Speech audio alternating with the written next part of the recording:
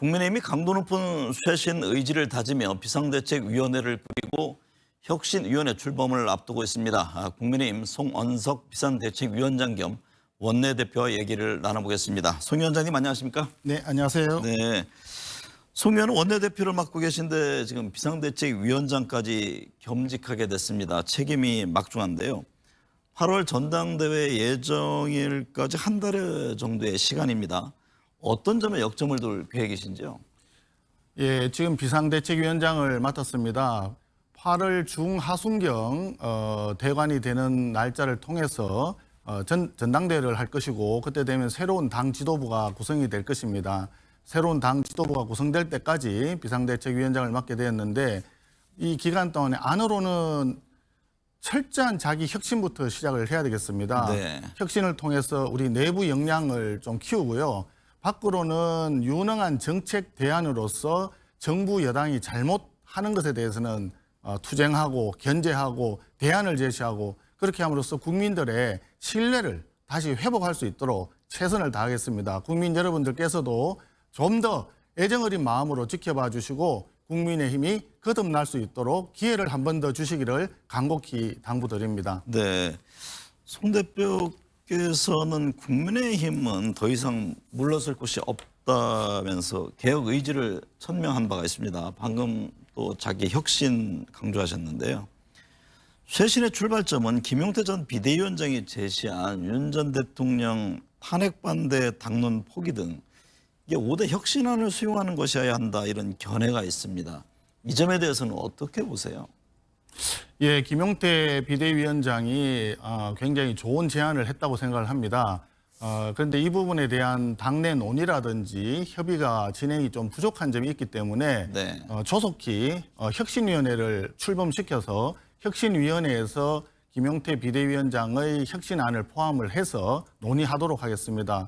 예를 들자면 우리 당에 혁신해야 될 과제가 100개 정도 있다고 한다면 네. 김용태 비대위원장의 안은 그중에 5가지 정도다 이렇게 생각을 하고요. 그리고 제가 비대위원장으로 들어서면서 처음 바로 첫날 계엄이라든지 탄핵이라든지 대선 패배에 이르는 일련의 과정에서 국민 여러분들의 눈높이에 미흡한 점이 있다는 부분에 대해서는 먼저 사과를 했다는 점을 네. 말씀드립니다. 저희들은 국민 여러분들께서 그만해도 되었다라고 할 때까지 끊임없이 쇄신의 노력을 다해 나가도록 하겠습니다. 그리고 안철수 혁신위원장을 지금 내정을 했는데요. 네. 아마 안철수 혁신위원장의 혁신안이 잘 성사되고 다음 지도부에서 잘 시행될 수 있도록 옆에서 최선을 다하도록 하겠습니다. 그렇다면 안철수 혁신위에는 뭐 김용태 전 비대위원장이 제시한 안들이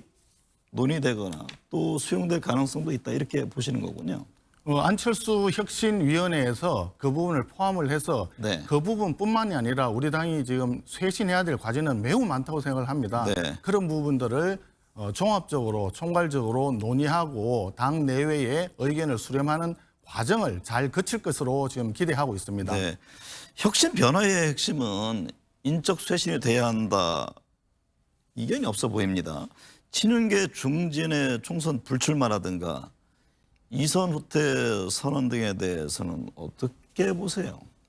네, 당내 일각에서 그런 말씀처럼 이선 후퇴라든지 그런 이야기들이 있는 건 사실인 것 같습니다. 네. 그런데 먼저 우리가 해야 될 일은 그 대선에서 우리가 패배를 했기 때문에 네. 이 패배의 원인이 무엇인지 일단 사실관계부터 먼저 정리하는 것이 순서가 아닐까 합니다. 네. 말하자면 백서라든지 이런 부분들을 통해서 우리가 잘못한 점이 어떤 점인지를 정리를 하고 그에 따라서 필요한 책임을 묻는 것이 그 다음 단계가 되지 않을까 네. 이렇게 생각합니다. 그 과정에서 우리가 조심해야 될 부분은 불필요하게 과거의 어떤 일로 해서 갈등이나 분열이 조장되는 일은 우리가 좀 조심해야 될 것이고 네. 우리는 국민들께 미래로 가는 우리의 모습을 보여드리는 것이 그것이 우리가 잘못한 것에 대한 최선의 속죄 방안이다. 그렇게 함으로써 다음 내년에 예정되어 있는 지방선거에서 우리가 승리할 수 있도록 승리하는 야당이 되도록 하는 것이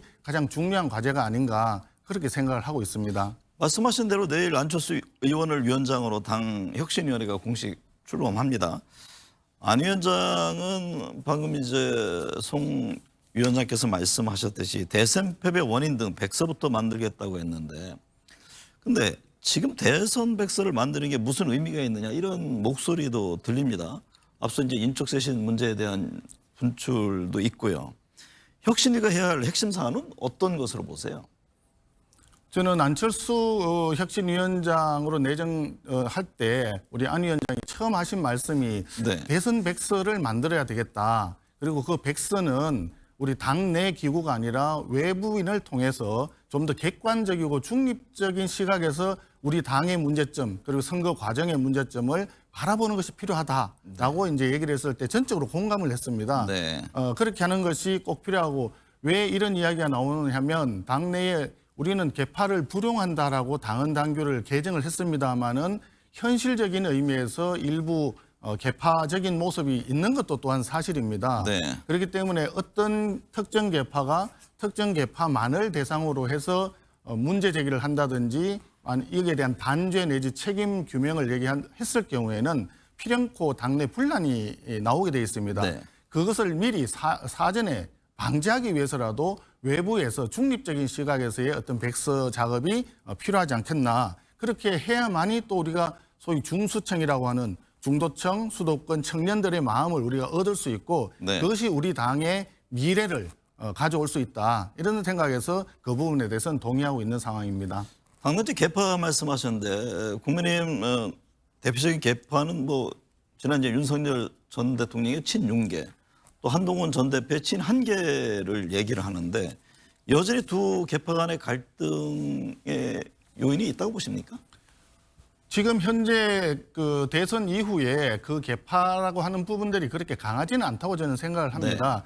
그리고 우리 당 내에서는 특정한 개파 활동의 어떤 유인보다는 야당이 되고 소수당이 되어 있는 입장에서 다시 한번 우리가 일어서야 된다. 이런 측면에서 개파가 분해되면서 새로이 당내 질서가 형성되는 그런 네. 과정으로 이해를 해야 되지 않을까 생각을 합니다. 사실 우리는 이번 전당대회를 통해서 좀 새로운 인물들이 좀 나오고 네. 국민들께 우리에게 뉴페이스를 알림으로써 우리 당의 미래가 있다라고 하는 점을 좀 인정받는 그런 노력이 필요하다고 생각을 합니다. 네. 그렇기 때문에 지금 말씀하신 대로 친윤이다, 친한이다 이런 그런 개파적인 시각에서 이번 전당대회를 준비를 한다든지 그런 개파적인 어떤 시각에서 활동을 하는 모습이 국민들께 비춰진다면 아마 국민들은 아마 실망하실 거라고 생각을 합니다. 네. 그런 점에서 우리 당내에서도 사실 역량이 뛰어나고 인품을 갖추고 있는 연부역강한 자원들이 굉장히 많다고 생각을 하는데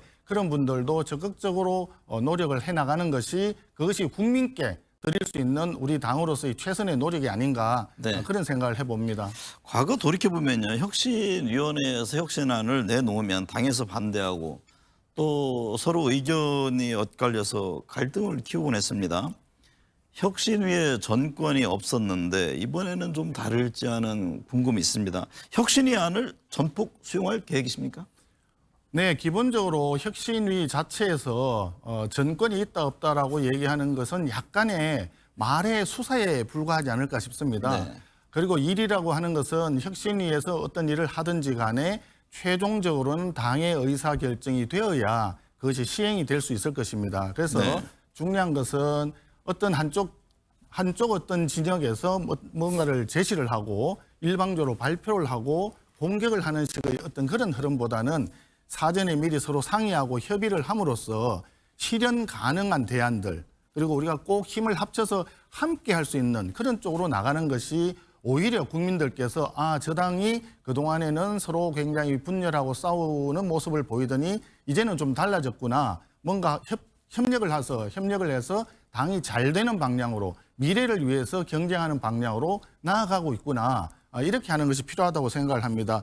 특히 이번 전당대회에서 주자로 뛰는 분들이 혁신 전당대회라고 하는 생각으로 우리가 혁신안을 제시하고 우리가 끌고 가겠다. 이런 각오와 어떤 결기로 만약에 전당대회에 임한다면 더욱더 국민들이 우리 당을 다시 보는 계기가 되지 않겠나 네. 이렇게 기대하고 있습니다. 국민의힘 새 지도부를 선출할 그 전당대회 8월 중하순 말씀하셨는데요. 지도체제 변화가 있을 것이라는 얘기가 나옵니다. 지금은 당 대표와 최고위원 선거를 따로 치르는 이제 단일 지도 체제인데 당 대표와 최고위원 선거를 함께 치러서 뭐 최다 득표자가 대표가 되고 또 차순위 득표자들이 최고위원이 되는 이른바 집단 지도 체제 이것도 염두에 두고 계십니까?